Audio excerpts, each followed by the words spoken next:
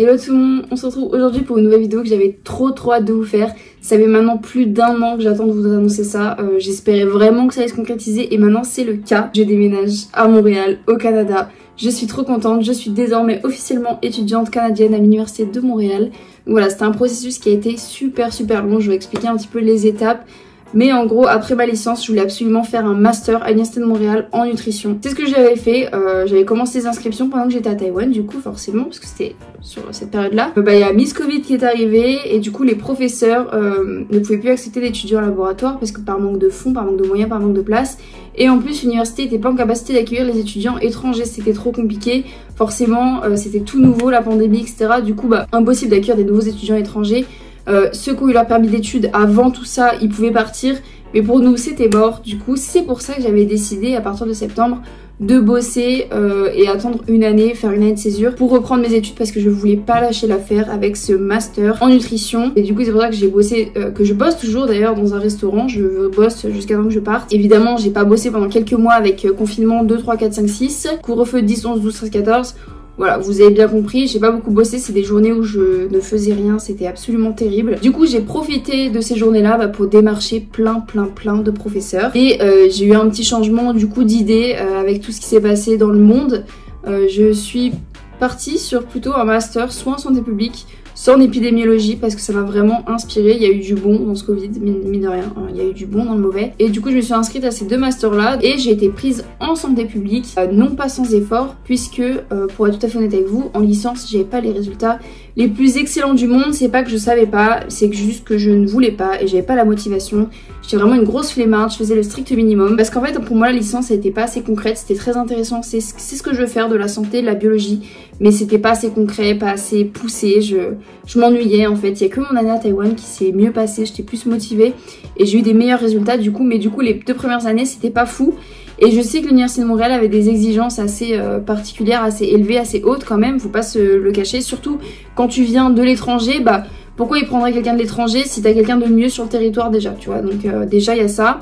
Et du coup moi j'ai démarché énormément de professeurs pour montrer que j'étais motivée, que j'étais prête, que voilà, j'étais un super élément pour une future équipe de laboratoire. Et je suis tombée sur un professeur qui m'a répondu, qui m'a fait un appel vidéo pour me parler des projets sur lesquels il était, etc., du laboratoire. Et de fil en aiguille, il me propose de m'inscrire à potentiellement un stage pour Taïwan qui devait se passer cet été. Seulement avec Covid, les frontières étaient fermées, impossible de s'organiser ce stage. Du coup, j'ai quand même décroché une bourse pour ce stage que je risque de faire en fin de première année de master. Donc c'est quand même assez incroyable. Je vais retourner normalement à Taïwan dans quelques mois et c'est assez fou de se dire ça en fait. Mine de rien, cette expérience à Taïwan m'a vraiment apporté ça en plus. Il a vu tout de suite que j'étais restée 1 an, donc forcément c'est un profil qui collait avec les prérequis du stage. J'ai l'avantage du terrain, donc voilà. Et j'ai réussi à décrocher ce stage, c'est assez fou. Mais bref, on n'en est pas encore là, il y a plein de choses qui vont se passer avant. Tout ça pour dire que l'immigration canadienne, c'est une catastrophe. Je peux pas leur en vouloir, c'est normal, je pense que c'est partout pareil. Mais en gros, fallait faire, c'est les procédures normales, mais fallait faire le CAC, donc certificat d'acceptation au Québec, plus les permis d'études, plus les données biométriques. Bref, un bordel. Si tu n'as pas de permis d'études, tu ne peux pas partir, tu ne peux pas faire tes études, ce qui me paraît assez logique finalement. Et c'est des choses qui ont mis du temps à arriver, c'est-à-dire que j'ai finalisé ma demande de permis d'études fin mai avec mes données biométriques, sachant que les centres de données biométriques, il y en a 2 en France, un à Paris, un à Lyon, j'ai de la chance, j'habite en région parisienne, mais ils étaient fermés jusqu'au 20 mai, un truc comme ça je crois, sachant que si on faisait pas nos données avant le 15 mai, on n'était pas assuré d'avoir notre permis d'études en août. Sauf que si les centres sont fermés, comment veux-tu qu'on fasse nos données avant le 15 mai? Il y en a, ils sont allés dans d'autres pays, ils sont allés en Autriche, en Allemagne, etc. pour les faire. Moi je dis c'est mort, je suis désolée, j'ai pas les moyens juste pour faire des données biométriques, tu vois. Du coup j'ai attendu l'ouverture, 1 semaine après l'ouverture j'ai fait mes données biométriques et j'ai dû attendre 1 mois et demi, 2 mois. J'ai eu ma réponse le 14 juillet. 14 juillet, validation de mon permis d'études. Et j'étais hyper stressée parce que si j'avais pas mon permis d'études avant septembre, je pouvais pas partir pour commencer mes études. Il fallait que je redécale encore d'1 an ou alors peut-être d'1 semestre mes études. Et j'avais pas envie, en plus j'ai déjà trouvé mon appartement, j'ai déjà signé un bail d'1 an. Donc voilà, ça va être encore autre chose, mais j'ai trouvé un appartement, je vais être toute seule.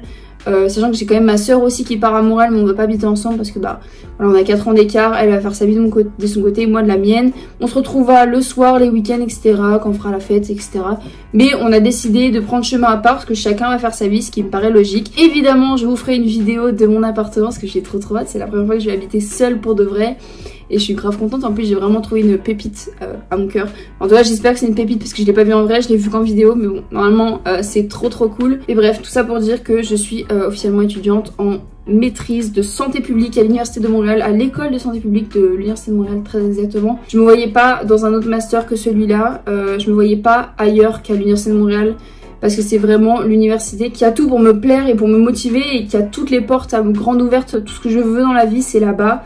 Et puis plus tard moi j'aimerais bien habiter en Amérique du Nord, donc Canada ou États-Unis, je sais pas trop. Mais c'est un rêve depuis que je suis toute petite. Avant c'était plutôt les États-Unis, maintenant je prends du recul sur les États-Unis et je vais en profiter pour voyager. Ça manque énormément, ça fait 4 ans que je suis pas allée aux États-Unis, ça me manque beaucoup.